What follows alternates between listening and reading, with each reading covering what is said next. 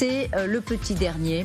Il paraît que c'est une merveille dans la famille des sous-marins d'attaque. Il s'agit du Duguay Trouin. Regardez ce que dit le chef d'état-major. J'ai prononcé aujourd'hui l'admission au service actif du Duguay Trouin, deuxième sous-marin de la classe Suffren. Plus rapide, plus endurant, plus polyvalent, plus discret. Dans les mains de nos équipages, il deviendra un chasseur hors pair pour les opérations à venir. C'est un sous-marin nucléaire d'attaque, donc qui rejoint l'arsenal français.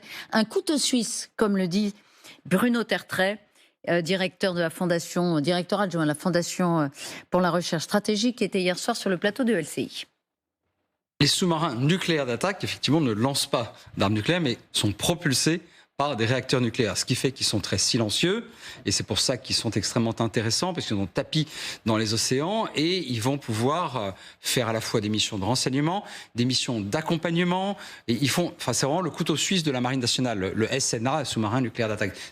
Sous-marin nucléaire d'attaque. Couteau suisse, comme c'est bien résumé. On va en parler avec vous, Catherine Gentil de Cancode. Général Richoux, merci d'être resté avec nous. Gallagher Fenwick et Thierry Volton. Lydia Rouge, vous nous rejoignez. Présentez-nous alors ce petit joyau qui pèse quand même des dizaines de milliers de tonnes. Oui, c'est ça. Il sera plus polyvalent, vous le disiez, plus autonome, mais surtout plus discret. Pour la petite anecdote, eh bien, son nom, il vient de l'amiral préféré à l'époque de Louis XIV, l'amiral René Duguay Trouin. Ce nouveau sous-marin, il est donc actif depuis jeudi dernier, prêt à être déployé en opération après une longue phase de test, puisque ça fait 1 an que les périodes d'essai ont débuté. C'est le deuxième, vous le voyez, de la gamme Suffren. Et à terme, tous les sous-marins de cette nouvelle classe sont amenés à complètement remplacer ceux de la classe Ruby, qui date un petit peu, puisqu'ils avaient été déployés en 1983. Ils sont donc plus performants, 2 fois plus gros, mais ils restent relativement compacts si on les compare aux Américains ou bien aux Russes. Et à l'heure actuelle, la flotte française, elle est ainsi composée de 6 sous-marins de ce type. On a 4 autres sous-marins qui sont prévus, dont le Tourville en 2024. En fait, d'ici à 2030, on aura 6 sous-marins de ce type qui seront déployés en mer. Et le ministère des Armées, il met évidemment en avant que ces nouveaux submersibles assureront les mêmes missions, mais avec des capacités supérieures. Alors en quoi, justement, sont-ils supérieurs ? Eh bien, traditionnellement, ces sous-marins d'attaque, ils servaient surtout de soutien aux sous-marins nucléaires, lanceurs d'engins qui sont le fer de lance, on peut le dire, de la dissuasion française. Mais ces nouveaux modèles, eh bien, ils vont disposer de nouveaux moyens de frappe en profondeur avec à l'intérieur des missiles de croisière, ce qui va donc leur permettre de faire des frappes au sol, et c'est ça toute la nouveauté. Alors que représente l'arsenal nucléaire français avec ces nouveaux joyaux ? Alors la France, elle possède désormais 4 sous-marins nucléaires lanceurs d'engins, 6 sous-marins nucléaires d'attaque. Alors si on compare, regardez, on voit ici avec les États-Unis, c'est assez peu. Les Américains, ils ont 55 sous-marins nucléaires d'attaque, mais si on compare avec les Russes également, on va le voir, ils possèdent, eux, là aussi, une flotte importante, 15 sous-marins nucléaires d'attaque, 11 sous-marins nucléaires d'engins. En fait, quand on compare, là aussi, le nombre de têtes réparties en mer et dans les airs, la France, elle possède 300 ogives au total. C'est un grain de poussière, on a l'impression, par rapport à la Russie, dont le stock, il se situe autour des 6000 unités, des États-Unis qui affichent 5400 têtes. Mais Emmanuel Macron l'affirme encore le mois dernier, notre capacité nucléaire, elle donne la sécurité nécessaire aux Français. Et c'est vrai, merci beaucoup Lydie, c'est vrai que dans un contexte où la France affirme se réarmer comme tant d'autres pays, on s'intéresse aussi à ces sous-marins. Nous sommes une puissance nucléaire, donc évidemment c'est décisif. Les sous-marins nucléaires d'attaque, c'est indispensable à notre dissuasion, disait-on. Oui, absolument. Alors, ce sont des sous-marins nucléaires, propulsion nucléaire, c'est-à-dire qu'ils sont, on l'a dit, ça a été redit, absolument silencieux. Et là, on fait véritablement jeu égal d'un point de vue technologique avec les Américains. Ce sont des véritables bijoux technologiques. Et là, on est tout à fait au niveau des meilleures nations. Donc, les Américains, vraisemblablement supérieurs aux Russes, etc. Donc, là, on a de leçons à recevoir à personne en matière de dissuasion nucléaire. Alors, ces sous-marins nucléaires d'attaque, on en a 6, c'est la 2e génération.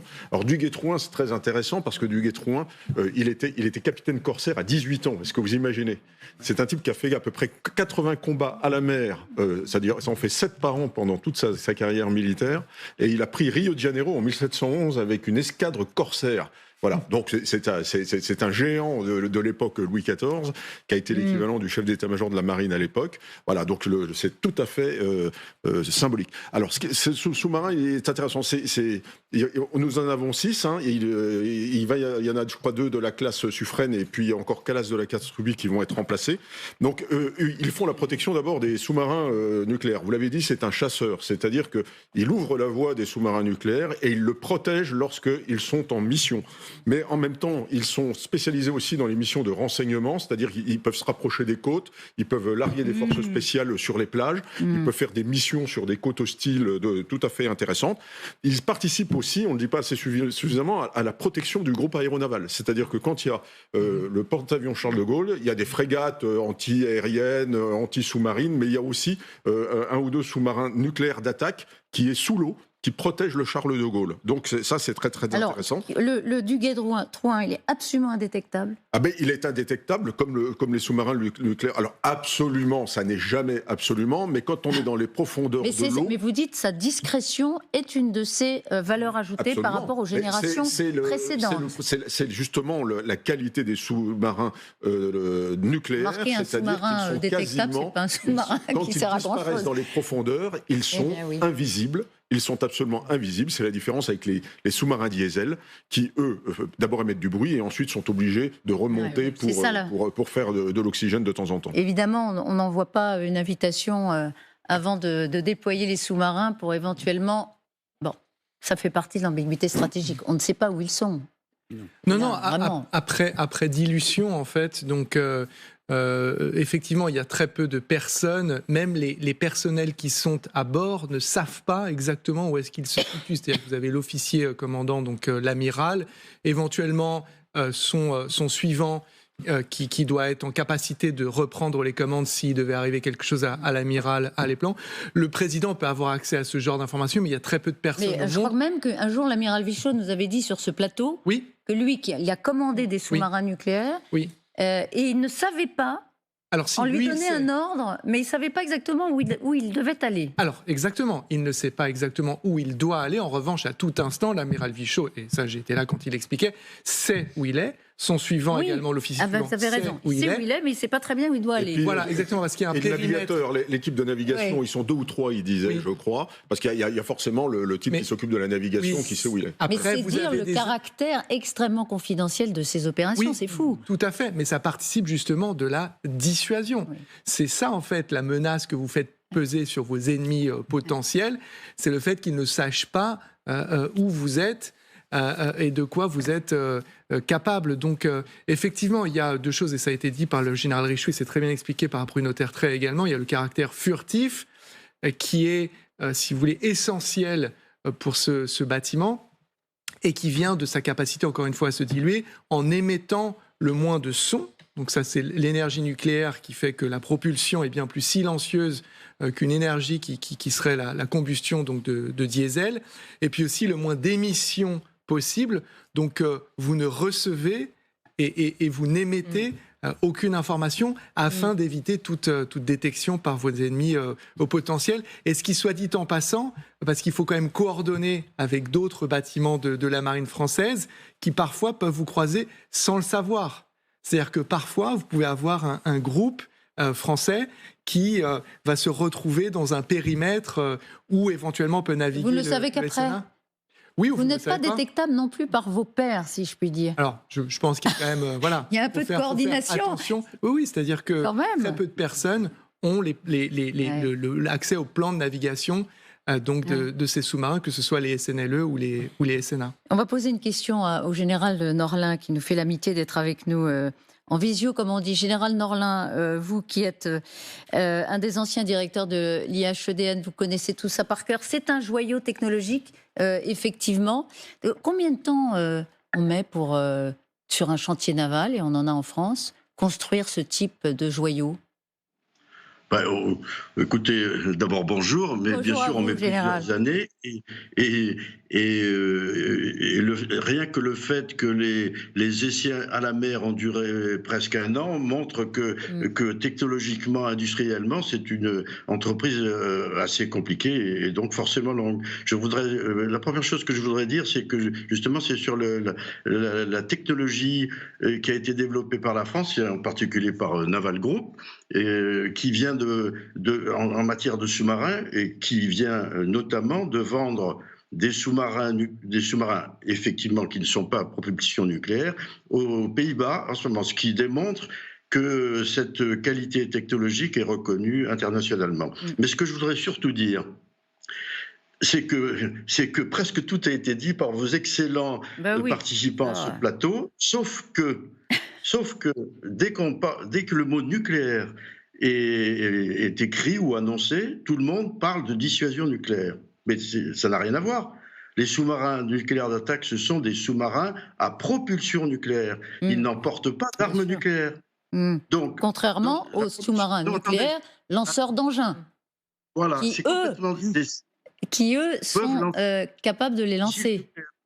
Bien sûr, c'est complètement différent. Alors, attendez, j'ai pas fini. Alors, c'est vrai que ces sous-marins nucléaires d'attaque sont utilisés pour la dissuasion nucléaire, puisque leur première mission, au départ, c'était d'escorter les SNLE, lanceurs d'engins nucléaires, au départ de l'île Longue, et aussi le porte-avions, comme ça a été évidemment dit précédemment. Mais en fait, et c'est la déclaration du chef d'état-major de la marine qui montre bien, et ce qu'a dit Bruno Tertrais aussi le montre bien, c'est que sous-marins nucléaires d'attaque, ils sont utilisés à bien d'autres missions que celle de l'escorte du nucléaire d'attaque. C'est ça vraiment ce qui est intéressant dans ce qui a été dit et dans ce qui est fait avec. Alors, Général Norlin, est-ce que je peux vous poser une question? Parce que justement, le chef d'état-major, dans son communiqué, dit qu'il deviendra un chasseur hors pair, en parlant de ce sous-marins. On dit que ces sous-marins d'attaque participent à la lutte sous-marine et anti-navire. Qu'est-ce que ça veut dire? Ça veut dire que c'est vraiment ça ce qui est intéressant. Pourquoi? Parce que on s'aperçoit que maintenant, si vous voulez, la force sous-marine devient une force navale de premier ordre. Pourquoi? Parce qu'avec les progrès de la détection, l'utilisation des satellites, les nouveaux missiles hypersoniques, les drones à longue portée, on s'aperçoit que les navires de surface, et en premier lieu le porte-avions, deviennent extrêmement vulnérables, et que une des fonctions justement de chasse qui était dévolue à la flotte de surface va être repris en grande partie par la flotte de sous-marins. Et donc, ce rôle des sous-marins devient de plus en plus important parce que jusqu'à maintenant, ils ne sont pas détectables. L'avantage de la propulsion nucléaire, c'est que ça leur donne des capacités de durée en plongée qui est évidemment complètement supérieure à celle d'une propulsion diesel ou classique. Donc voilà, la force sous-marine devient une force navale de premier ordre et dont le rôle devient de plus en plus important. Et c'est ça, je crois, qui est vraiment très intéressant dans la nouvelle stratégie maritime qui est en train de se mettre en place. Ce que vous nous dites, c'est que ce sont maintenant des armements décisifs dans la prévention des attaques de surface. Et c'est de plus en plus utile, donc. Général. Oui, bien sûr. Parce que, Général Richoux, pardon. La lutte sous-marine, vous savez que depuis la guerre de 14, c'est quelque chose, c'était l'objet de débats très intenses. Vous connaissez le rôle, enfin si je peux dire, la capacité de destruction qu'a eu la flotte sous-marine allemande pendant la guerre de 14 et aussi un peu pendant la Deuxième Guerre mondiale, qu'il y a eu des débats sur la nécessité d'accompagner les flottes marchandes qui amenaient les armements en Angleterre pendant la Deuxième Guerre mondiale ou pendant la Première Guerre mondiale. Donc tout ça, ça fait l'objet de débats. Merci beaucoup, Général Norlin. Merci beaucoup de nous avoir fait l'amitié d'être avec nous nous ce matin pour nous apporter toutes ces précisions. Général Richaud. Oui, oui, il est équipé de missiles anti-navires. Donc une de ses fonctions, quand il escorte notamment le Charles de Gaulle, c'est de pouvoir tirer sur des sous-marins avec des torpilles classiques, mais également des missiles anti-navires pour se permettre de détruire n'importe quoi. Et puis alors là, j'ai un copain marin quand même qui m'envoie une explication technique. Il me dit, ce qui fait qu'ils sont plus discrets, c'est avant tout grâce à leur taille. Ils sont plus gros, donc plus de place pour le système de suspension-absorption de tout ce qui peut vibrer, moins de bruit rayonné. Vous voyez, donc là, la moins taille de bruit, permet moins de vibrations. Moins de vibrations. Paradoxalement, il est plus grand, mais moins détectable. Voilà. C'est fascinant. Donc c'est un marin haut placé. Oui, merci pour votre copain qui nous écoute. Transmettre ça. Voilà. Merci à vous, cher Marin. Cher camarade. Mon cher Jean-Christophe. Et ce qui est important aussi dans le fait qu'ils assurent la protection des sous-marins SNLE, donc ceux qui justement peuvent délivrer le feu nucléaire, c'est que les SNLE, il y a ce qu'on appelle une permanence à la mer en termes militaires, et c'est très important pour la dissuasion parce que ça veut dire que comme on ne sait pas où se trouvent ces sous-marins, c'est ce qu'on a expliqué tout à l'heure, tout pays qui voudrait s'en prendre à la France et qui attaquerait éventuellement avec une arme nucléaire sait que grâce à ces sous-marins, qui donc sont en permanence à la mer, il y aura une réplique de la France. C'est-à-dire qu'évidemment, ça pousse à la réflexion tout pays ennemi qui voudrait s'attaquer à la France. Et c'est absolument fondamental, parce que c'est la dissuasion nucléaire française. C'est une grande partie de la dissuasion nucléaire française. Donc les SNLE, par définition, il faut qu'ils aient une protection maximale. Et c'est ce à quoi servira le Duguay-Trouin, qui n'a sûrement qu'un défaut, c'est que son nom doit être difficilement prononçable. Oui, alors vous avez raison. Pour des étrangers qui auraient envie de nous l'acheter. Oui, voilà. C'est peut-être mais sinon, il n'a que des qualités et un rôle effectivement fondamental. Parce que c'est vrai que les sous-marins nucléaires d'engins, ils ont des noms...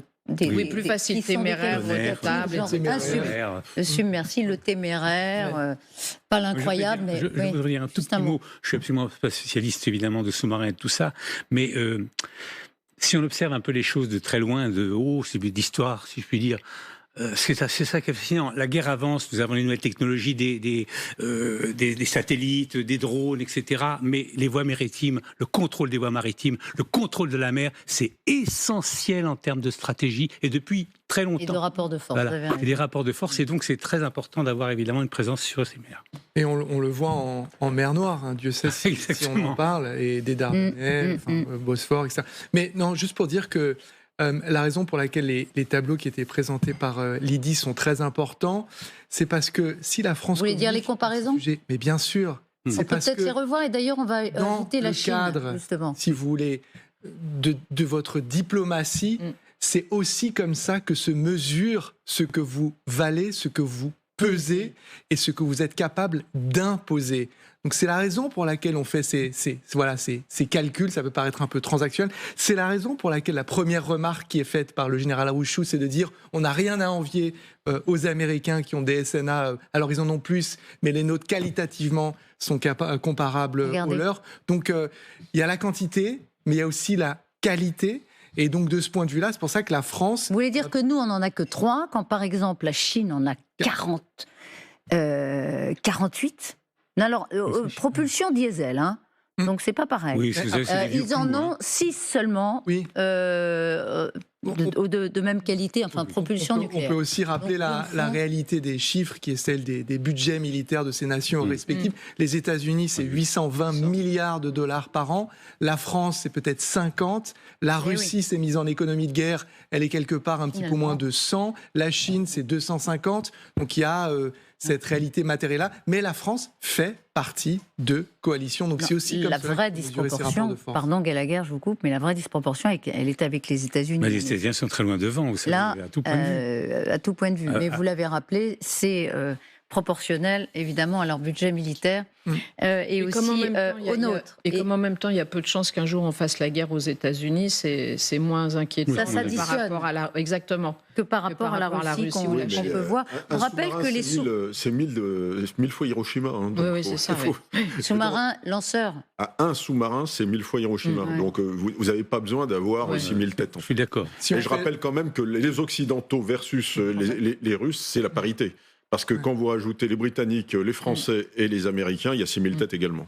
Et donc, par rapport à cet arsenal-là, il est fasciné par les sous-marins, Poutine. Oui, parce qu'en fait, ça a très mal commencé. Ils n'ont jamais su quoi faire de leur flotte de surface, en fait. Ouais. Ils n'ont pas de stratégie pour les flottes de surface, donc ils se sont concentrés sur les sous-marins, un peu comme les Allemands pendant la Deuxième Guerre mondiale, finalement, qui avaient une flotte de sous-marins, et chaque fois qu'ils ont sorti un cuirassé, ils se sont fait couler. Ouais. Ouais. Et juste pour aller dans le sens de ce que Thierry disait aussi sur les mers, il ne faut pas oublier que l'aventure néo-impérialiste de Poutine en Ukraine, c'est aussi pour...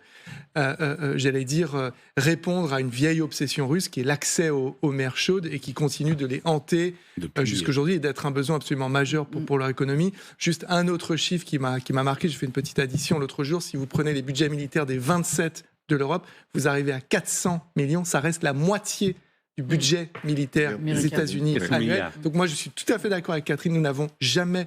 Nous, Français, de toute l'histoire, étaient en guerre contre les États-Unis, mais vaut mieux les avoir à nous. Avec nous que contre nous, ça, oui, c'est ou sûr. Indifférent. Mais jusque-là, ils nous ont aidés à 2 moments décisifs de notre histoire. Il faut quand même le rappeler.